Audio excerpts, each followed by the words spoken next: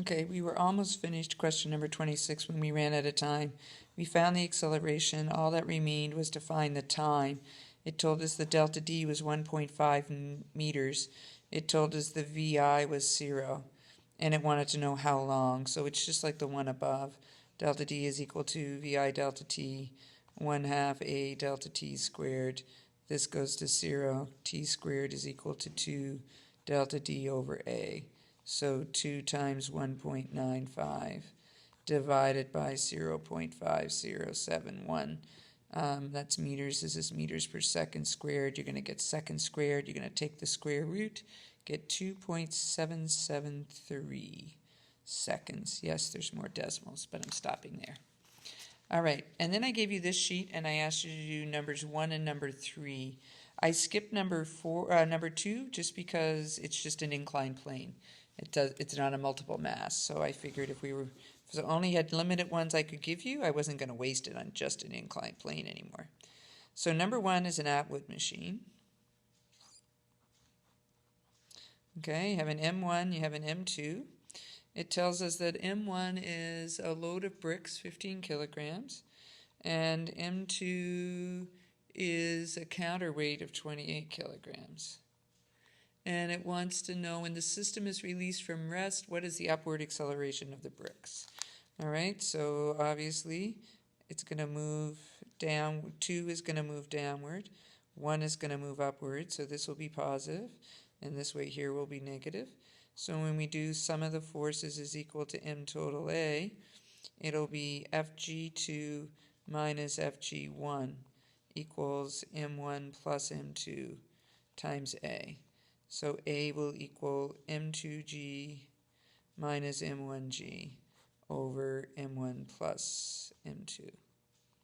Fill in your numbers. 28 kilograms, 9.81 meters per second squared, minus 15 kilograms, 9.81 meters per second squared, and on the bottom, 15 kilograms plus 28 kilograms. And you should end up with an A of, if I could only see, 2.966. 2.966 meters per second squared. There's a part B that asks you for the tension. You could pick either side. If you want to pick M1, then going up on M1 will be positive because M1 was moving up, and going down will be negative. So when you do sum of the forces is equal to M1A, it'll be Ft minus Fg1 equals M1A. So Ft will equal M1A plus M1G. So Ft will equal, M1 was 15 kilograms.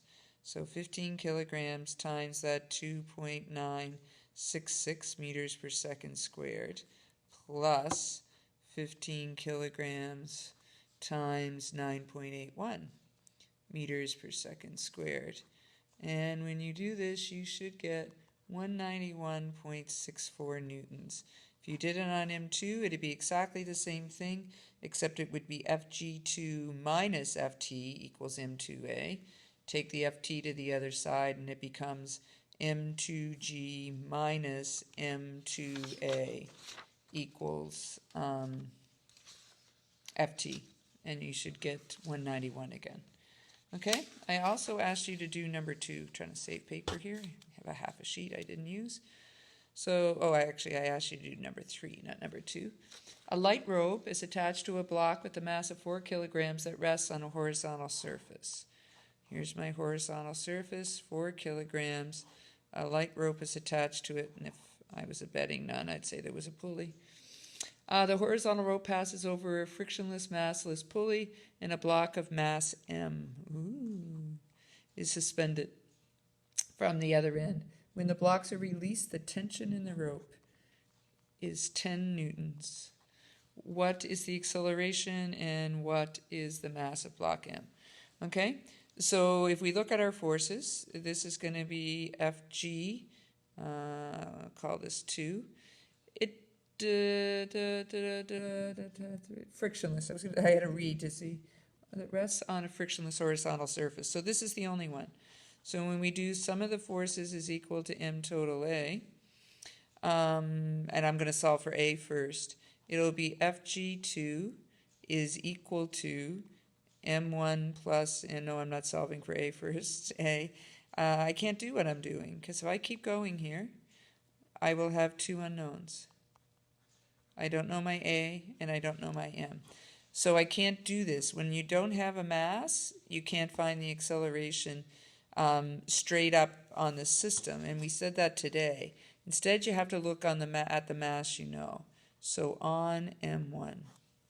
And on M1, we have 4 kilograms, and we have a tension pulling this way. And that's it. So when you do your sum of the forces is equal to M1A, it's just Ft. Yeah, there's an Fg1 acting down, but it's being totally and completely balanced out by its normal force, and it's not affecting the motion at all. So the only one affecting the motion is Ft.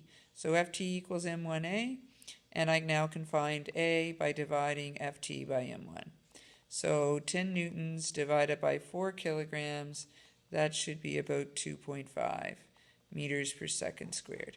Once I get that, now I can come back over here and I can solve, this was on the whole system. I can now solve for M2. So M2G is equal to M1A plus M2A. Take your M2s to the same side. M2G minus M2A equals M1A. Factor out your M2, G minus A, and then divide by the G minus A. So M1A over G minus A. So 4 kilograms times 2.5 meters per second squared divided by 9.81 meters per second squared minus 2.5 meters per second squared.